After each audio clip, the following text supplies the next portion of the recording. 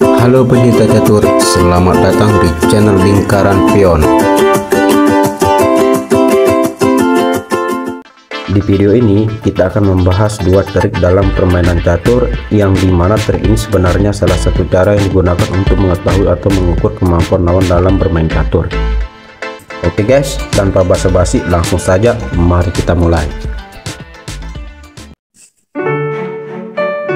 Trik pertama yaitu trik 3 langkah skakmat. Langkah awal yang akan kita lakukan adalah pion melangkah ke E3, E4, pion ke E5. Langkah kedua kita yaitu gajah meluncur ke C4, kuda ke C6. Itu sekaligus untuk mengamankan atau mengantisipasi pion hitam E5. Langkah ketiga dari kita yaitu dengan cara menteri melaju ke F3.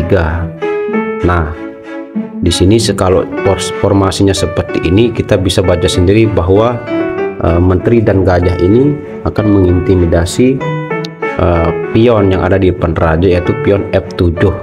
Dan jika di sini dari lawan kita salah melangkah, maka bisa-bisa akan terjadi skakmat. Salah satu contohnya yaitu misalnya lawan melangkahkan pion ke G6. Nah, langsung saja teman-teman langsung bisa kita skakmat.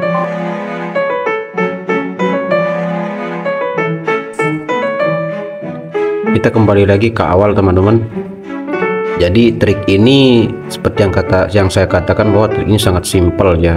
Jadi salah satu cara untuk mengantisipasi hal seperti ini adalah ketika lawan itu melangkahkan kuda ke H6, dan jika menteri makan pion F7, maka kuda bisa langsung memakan menteri. Terus cara yang kedua yaitu dengan menteri menuju ke E7 sekaligus mengamankan pion F7. Langkah yang ketiga yaitu kuda untuk menutup serangan intimidasi dari menteri.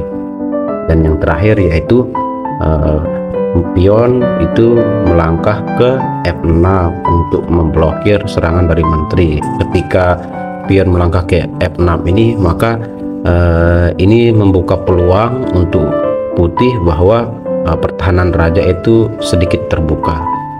Oke, itu penjelasan dari trik langkah skakmat teman-teman, bisa diperhatikan di rumah. Lanjut ke trik yang kedua.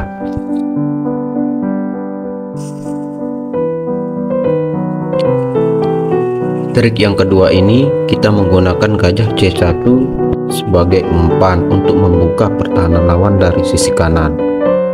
Seperti biasa, langkah awal yaitu pion melangkah ke D4, dan ketika lawan merespon dengan melangkahkan kuda ke C6 untuk mengintimidasi pion, langsung saja kita buat umpan atau perangkap gajah meluncur ke G5.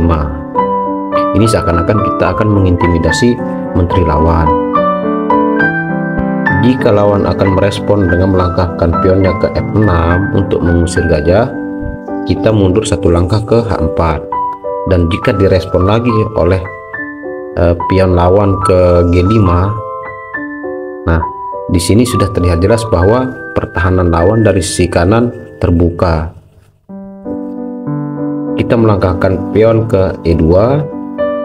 Ini bertujuan jika pion makan gajah, maka sudah dipastikan menteri akan langsung melakukan skakmat terhadap raja. Dan tentunya hal ini sudah diantisipasi oleh lawan, sehingga lawan pasti akan melangkahkan pion ke H5 untuk memblokir serangan dari menteri untuk melakukan skak. Jika hal itu terjadi, maka gajah putih meluncur ke D3 untuk melakukan skakmat ke G6. Pasti dari lawan juga akan melangkahkan gajahnya ke H6 karena untuk memblokir serangan dari gajah putih. Dan langsung saja kita korbankan untuk makan pion dan terjadi skak. Di sini raja tidak bisa kemana-mana selain dari gajah untuk memakan menteri kita. Sehingga dengan kondisi seperti ini sudah bisa dikatakan bahwa menteri kita langsung meluncur ataupun melesat ke G6 dan terjadilah skakmat.